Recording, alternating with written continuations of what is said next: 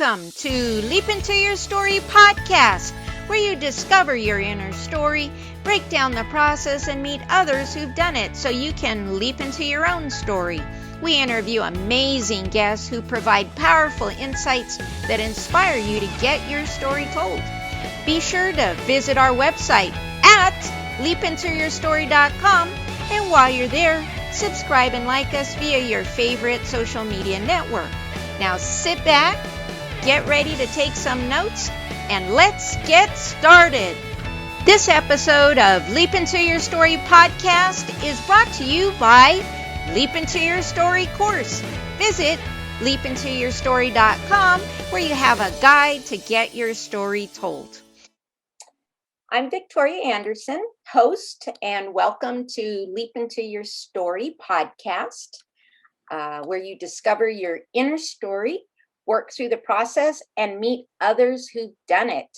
We're interviewing amazing guests who provide you powerful insights and inspire you to get your story told. So be sure to visit my website at leapintoyourstory.com. And while you're there, like, subscribe, and share via your favorite social media network. And this episode, we're going to be discussing the unorthodox ufology and conspiracy. And my guest today is Norio Hayakawa, public speaker, commentator, musician, composer, activist, and unorthodox rational ufologist. So he has investigated UFO phenomena for close to 60 years. He's also written a book, taken his passion to paper, UFOs, the Grand Deception, and the Coming New World Order. He has also written the foreword for Anthony Sanchez's book, UFO Highway, the Dulce Interview, Human Origins, HAARP, and Project Blue Beam. So, Norio, that's quite a list. So tell us about you and your story and what has started it all. Well, Victoria, it's just my great pleasure at this moment to be on your program. My name is Norio Hayakawa, and I'm right now a resident of this beautiful city of Rio Rancho in beautiful New Mexico, USA. And actually, this state, New Mexico, has been the major part of my almost all my life. In fact, I came to this great land of enchantment in 1965 to the city of Albuquerque to study the Spanish language, especially the Spanish language spoken in northern New Mexico, and but anyway, and Spanish culture in general of New Mexico. And I lived here. Actually, I lived in Albuquerque from 1965 to 1973, after which I moved to Phoenix, Arizona, where I actually became a public high school Spanish teacher. But anyway, right next to Phoenix, in a very rural town called Tolleson. But anyway, and thereafter, I became interested, and I actually joined a country western band in Phoenix, and played lead guitar and traveled to Canada for quite some time, and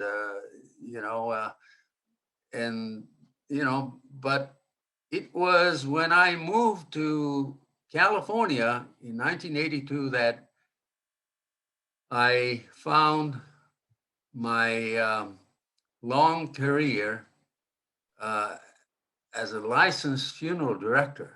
And that, I would say, was my main career of my life from 1982 to 2008, when I retired, and then decided to move here to New Mexico again, but this time with my wife, whom I met actually in a funeral home where when I was uh, giving her a tour of this funeral home in Los Angeles. But anyway, this is a weird story, but it was while I was working in the funeral home that I became interested in facility called Area 51 in Nevada in 1988.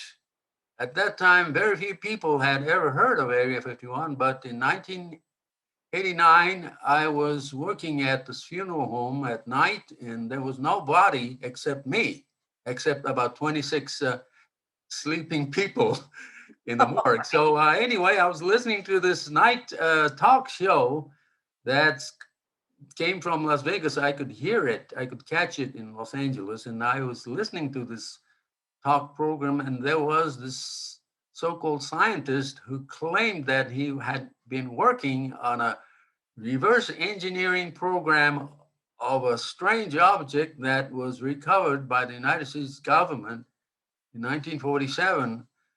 And, I became interested in this facility, Area 51, at the time when most people never heard of it. And so I brought a Japanese TV crew. Somehow I managed to contact them, and I brought this Japanese TV crew and went to Las Vegas to interview this scientist. That was in 1990. And he told us about this base called Area 51, and it was on a Wednesday evening when we went to his house in Las Vegas, and he told us where to go. He himself didn't want to go to this location, but he told us where to go. And so the crew of about 10 of the Nippon Television Network went to this location about 2 hours drive north of Las Vegas, and we arrived at this lonely stretch of highway called Highway 375, and we set up our camera according to this scientist's instruction. And lo and behold, just as he said in our interview in Las Vegas, just after sundown, we began to see some strange reddish light pumping out of the mountain range that covered Area 51. And we were quite impressed. We saw this bright reddish object about 3 times during the half an hour segment while we set up the professional cameras over there. And I was impressed.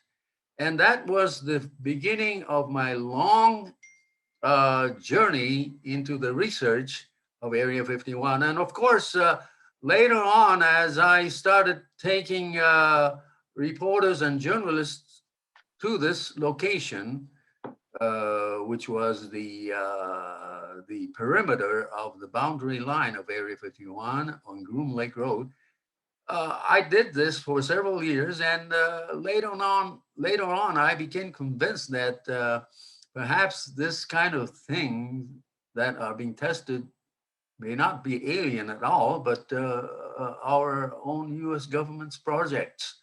But anyway, at the same time, I became interested in the rumors in New Mexico that there was a secret underground facility located inside a Native American reservation called the Jicarilla Apache Reservation, which was located in their town called Dulce, and that was in 1990 also. And I took the same TV crew and began to interview the local folks there. But suddenly we were detained by a local police chief, and we were detained for 1 hour, and he was asking us what we were doing there, and we were just telling him that we heard this rumor that there was a base here, and we wanted to ask people about it, and we were interviewing the people on the street of Dulce, and but anyway, uh, he let us go after an hour of detention, and we asked him, "Is it true that there's a base here?" To which he mysteriously answered, "I don't want to talk about it." And so that was an interesting experience. And so that became my passion later on, which was to get to the bottom of this rumor that there was an underground base or underground laboratory conducted by the US government over there in Dulce. And, I've been to Dulce many, many times thereafter. And I go there even now because it's only about 3 hours drive from Rio Rancho. And over the years, I befriended a lot of Native American people over there in Dulce. And, even though there is absolutely no tangible, physical, and even documentary evidence whatsoever that there is a physical underground base there, uh, there are still many sighting reports there, even today, of local people seeing some strange lights at night, and once in a while seeing flight of some military helicopters over the area over Dulce. And so I still don't have any evidence, but, well, even though they may not be a physical base there, I believe that some kind of what I describe as paraphysical phenomenon can exist over there, and because people still report strange lights, and local people there report seeing visions or actual, things like Bigfoot, and hearing strange sounds and so on, and things like that even go on even to this day. So I think there's something there. There may not be an underground base there, but that's a Native American land which is filled with distinctive cultural and religious beliefs. So I think there's something to that, because I came to the conclusion that in this world, not everything can be explained prosaically or by scientific methods. Empirical science right now cannot explain everything about this world. There's still something strange and sometimes wonderful about this world that we cannot see with our physical eyes. And so that's my basic position, that I have investigated UFOs since 1961, when I was a high school student in Yokohama, Japan. And in 1964, when I went to college in Tokyo for 1 year, one day in April of 1964, I saw an article in an English newspaper in Tokyo about a police officer in New Mexico, in a small town called Socorro, New Mexico, where this police officer claimed he had witnessed an egg-shaped object just sitting on the sand, about 300 feet up from him. And this was the famous Socorro incident. And I became fascinated about this incident. That's what was one of the reasons I became fascinated with the state of New Mexico itself. And so in 1965, coincidentally, and I don't believe there's such thing as coincidence in our lives, but coincidentally, I had received a scholarship at a college in Albuquerque, New Mexico. And so I came to Albuquerque in 1965, and I fell in love with this tremendous state of New Mexico. Even though I left Albuquerque in 1973 and moved on to Arizona and then later to California, this impression of New Mexico never left me.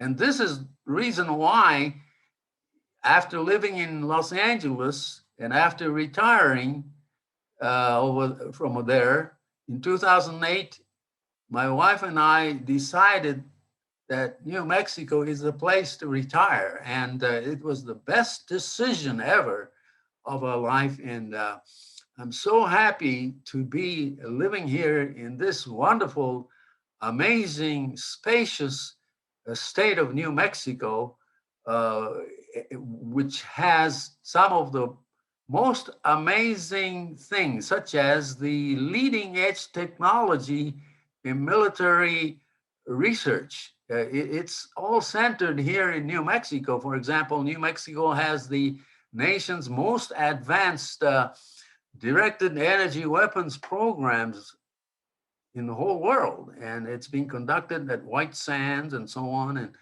New Mexico has some very important research locations such as Los Alamos, and it has a great Air Force research laboratory right here in Albuquerque at Kirtland Air Force Base. So in many ways, New Mexico is in the forefront of important technology, military technology, which is very important, I think, for national defense, no question about it.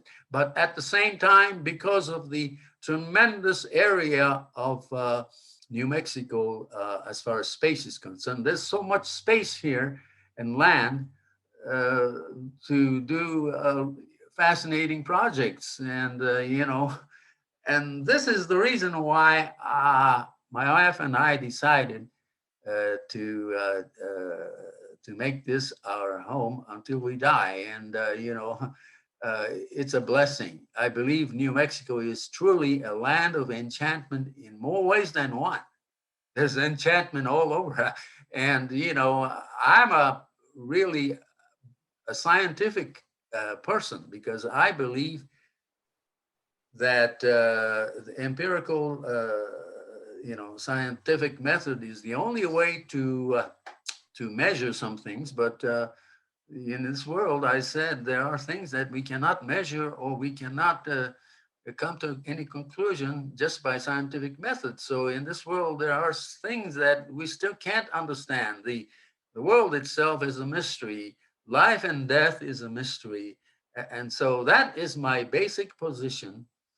And I'm going to continue to tell people how wonderful New Mexico is. But, there are a lot of folks in New Mexico who worry that, people are coming in droves to New Mexico from other states. But this is not really a matter of too much worry, because New Mexico is a tremendously humongous area. It's the fifth largest state in the entire United States, yet the entire population of this entire state is 2 million. And it has been like that for many, many years. And one of the reasons is that, of course, a lot of people don't know much about New Mexico. And, people now, I think many people from California move to places like Arizona and Nevada and Colorado and maybe Texas, but they seem to skip New Mexico for some reason or other. And of course, cities like Albuquerque, which has a population of 600,000, compared to Rio Rancho's 100,000. Okay, it it just occupies only almost half of the entire population of the entire state of New Mexico. So considering that this is a humongous state that only has a population of 2 million, okay, there's plenty of room. And, we need industry as well, and we need a lot of things. So I'm glad that, companies like Amazon and, and Facebook and, all those are, and movie industry is coming to New Mexico. It's good for the state. But, Yes. People worry too much about things like population and all so on. But the thing is that because New Mexico has so many retirees, you know, we have to remember that every year, many of these retirees pass on. And most people don't know that while people are coming from other states to New Mexico, some, some in some numbers, it seems to balance out because many old people who live in New Mexico are dying actually. And so we shouldn't be worried too much. And as far as the water situation is concerned, there's a uh, paranoia about water running out. But in some ways, it may be true. But you have two sources of water here. We have the surface water, and of course things like the water that's coming from the San Juan Chama project. That brings water to this area, to Albuquerque, Rio Rancho. Of course, the surface water we have to conserve, but also we have a plenty of aquifer. It's the underground water, which is almost like a savings type. So, we have a savings of aquifer, underground water, just like in case the surface water goes away because of climate change. But that's going to take maybe 50 more years, 100 years more. And New Mexico has what's known as a 100-year water program, and we're only using surface water right now. But because of the climate change, this may just go down and down and down. So we must conserve water as much as possible, but it's not a dire situation as far as catastrophic situation is concerned. And so I wouldn't be worried too much. Of course, we need to conserve water, but sure, this is just my public opinion. So New Mexico's people are very proud of this state, and but I don't see any reason why people can't come to this state if they want to, because and actually, people are coming, but as I said, a lot of people are also passing away here. So the population tends to remain basically about the same. And, but anyway, what I want to say is that, but anyway, I'm going to die here. No question about it. Well, not today. Not today.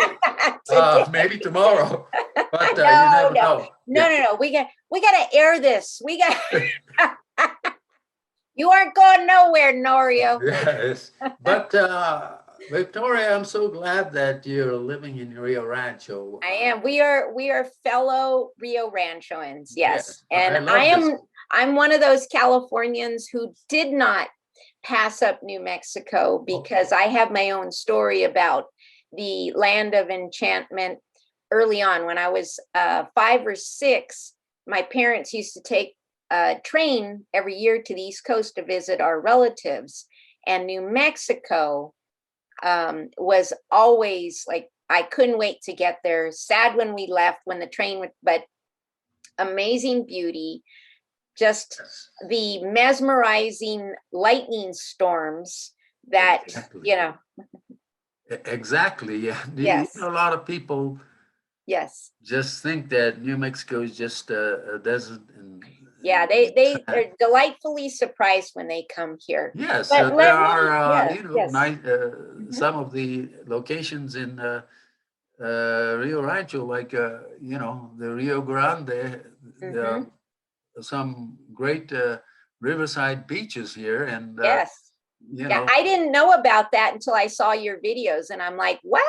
Oh yes, I didn't know about that. Been here 15 years, didn't know about that. So I appreciate those those videos on Oh, yeah, pictures. good. And I also think that there are some places in Albuquerque that a lot of people don't know about. For example, there being a great sand dunes area in Right. Albuquerque, great sand dunes that it's located, you know, on West Mesa and you know, just south of I-40. It's a great area. It almost reminds you of White Sands, but, you know, it's not as large. But I go there sometimes to enjoy that environment. And there's Yes. hardly any people there because most people don't know about it.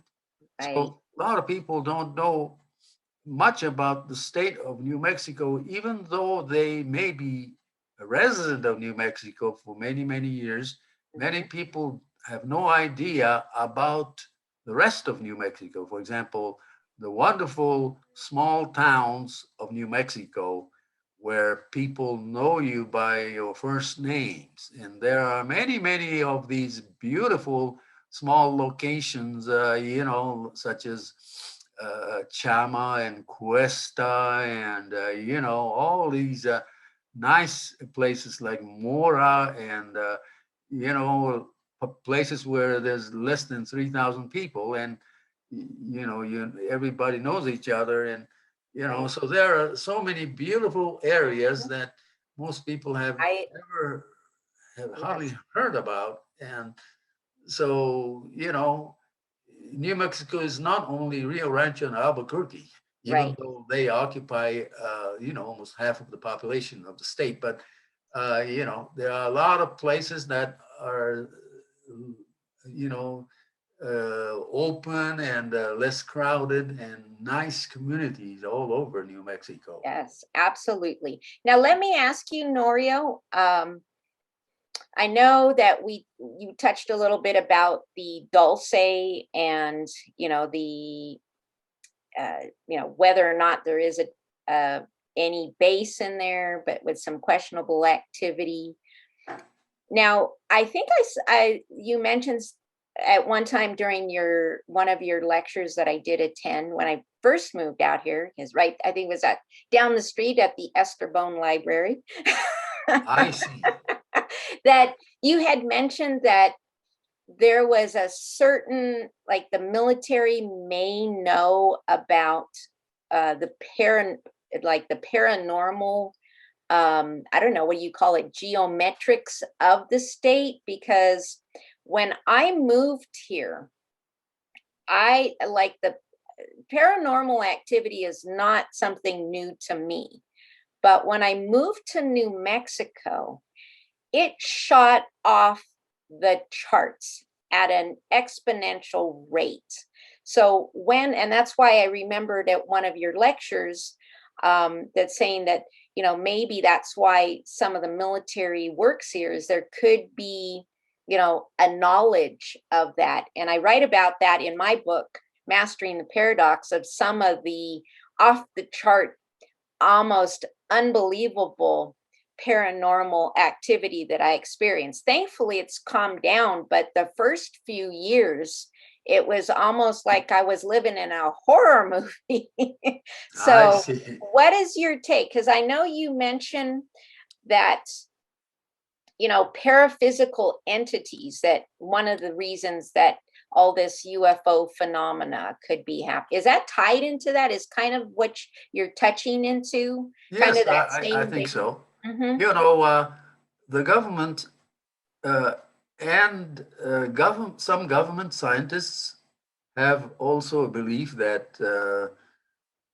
not everything in this world can be seen by a naked eye. And for this reason, the United States military, I believe, has always been interested in uh, this kind of phenomenon.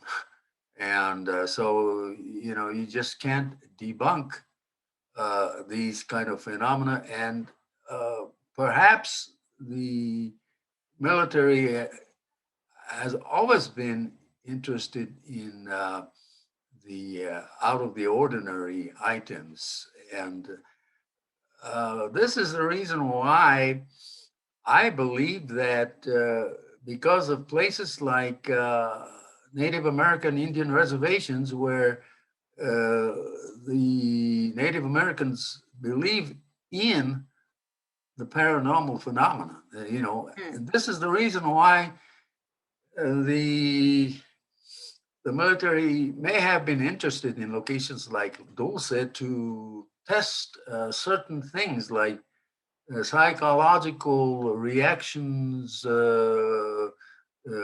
by local residents on certain items. And so there has been rumors before that the military was in Dulce area to test some of these things like psychological operations and so on.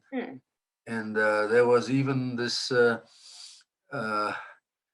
the police chief, or not police chief, but there was this New Mexico State Patrol officer who was assigned to Dulce area by the New Mexico State after the cattle mutilation incidents of the 1970s became prominent in northern New Mexico. And the state of New Mexico assigned this patrol officer to be in charge of that area because they thought that cattle mutilation incidents was just the same as a criminal activity. So this officer, Gabe Valdez, was assigned to be in charge of that whole area. And Gabe Valdez, whom I knew personally,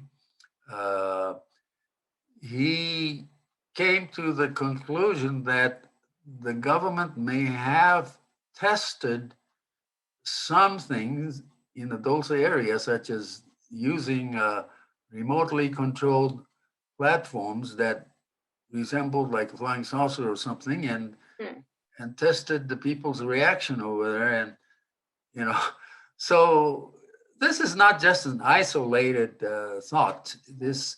The Air Force has always been interested in the out of the ordinary, and they are still interested in getting to the bottom of the UFO phenomenon itself. And this is the reason why recently, in the past 2 or 3 years, there seem to have been specific programs,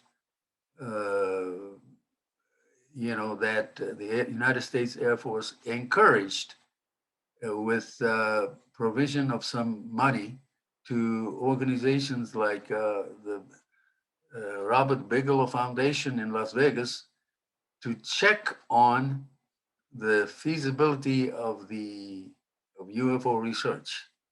So there has been some weird video footages of strange craft being seen, which was taken by the United States Air Force. And so this is still on the table. In other words, they still haven't come to any conclusion, but the United States Air Force is definitely interested in UFOs, but they don't call it UFOs.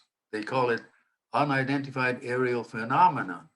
And they considered this as phenomenon rather than objects. So, this may tie in to this paraphysicality of this phenomenon, whether it's the craft itself or the entities itself. They seem like they appear physically, seemingly, into this dimension from another dimension that coexists with us. So it's to me, it could be some kind of a unexplainable sudden materialization into this dimension. But the problem is that they seem not to be able to survive in our physical dimension for too long, except for a few minutes at a time.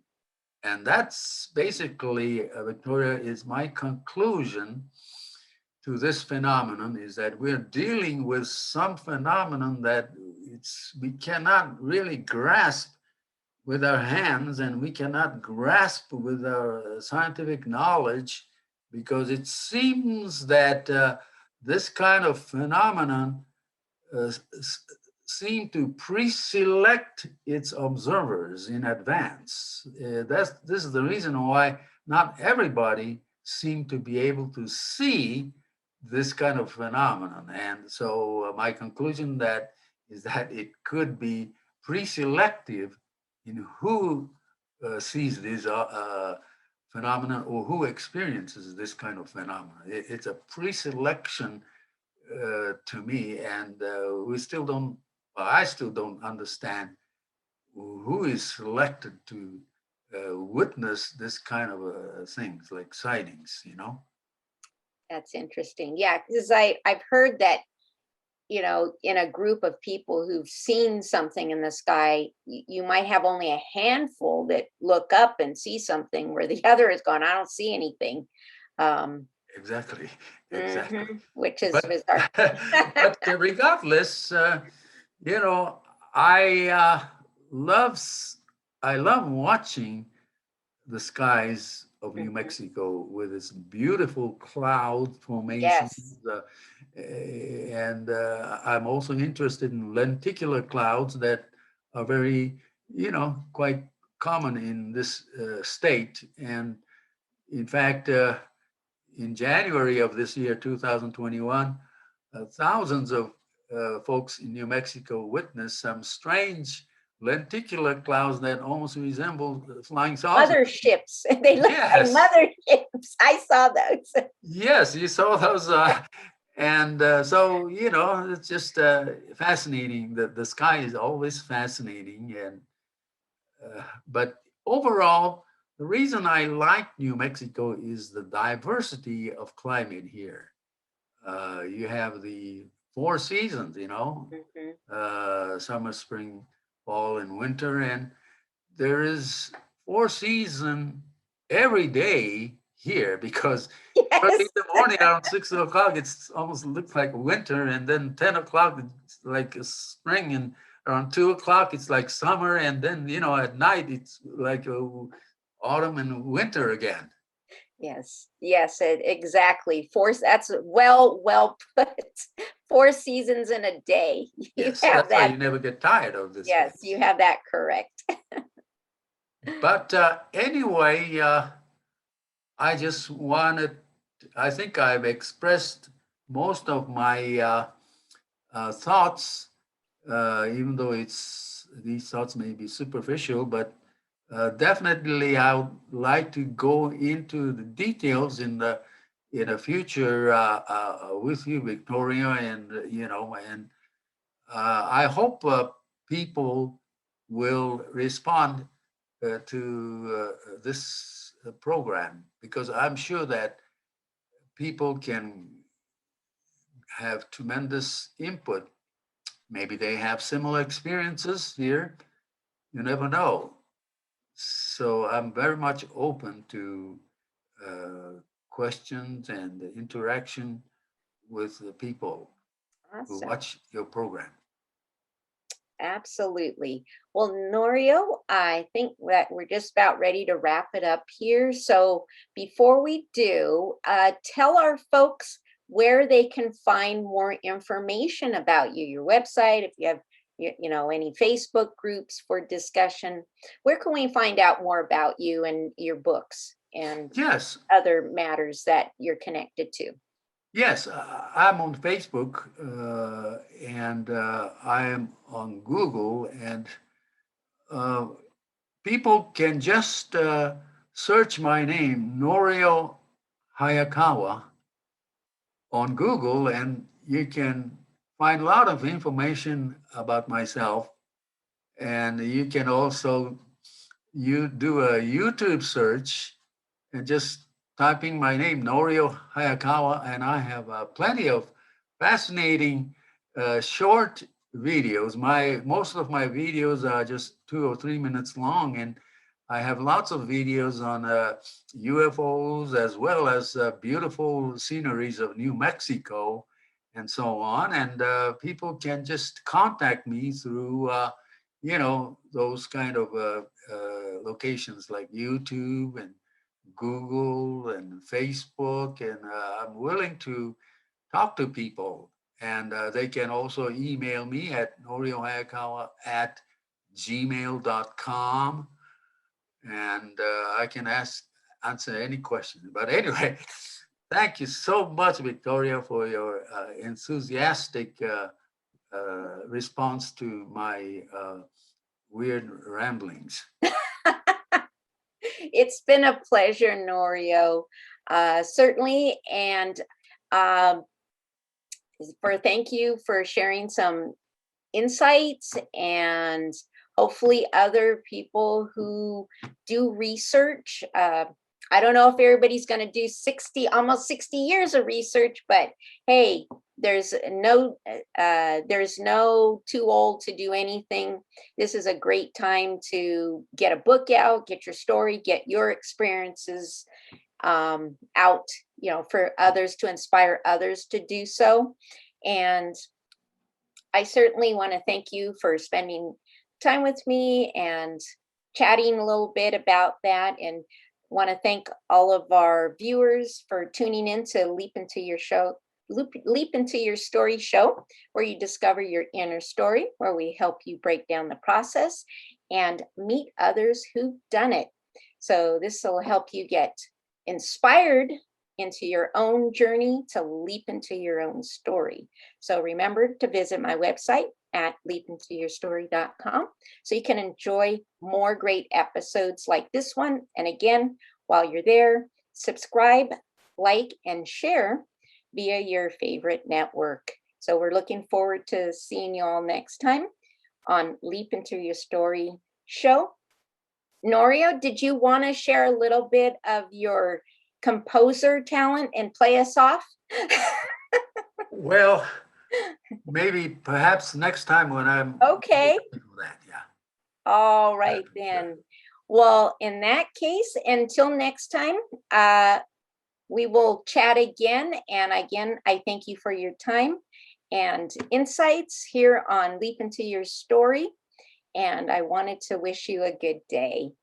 Thank you so much. God bless you, Victoria. Thank you. Thank you. You take care, Norio. Thank you for tuning into the Leap Into Your Story podcast, where you discover your inner story, break down the process, and meet others who've done it so you can leap into your own story. Remember to visit our website at leapintoyourstory.com and enjoy even more great episodes like this one. Again, while you're there, subscribe and like to us via your favorite social media network. We're looking forward to seeing you next time on the Leap Into Your Story podcast.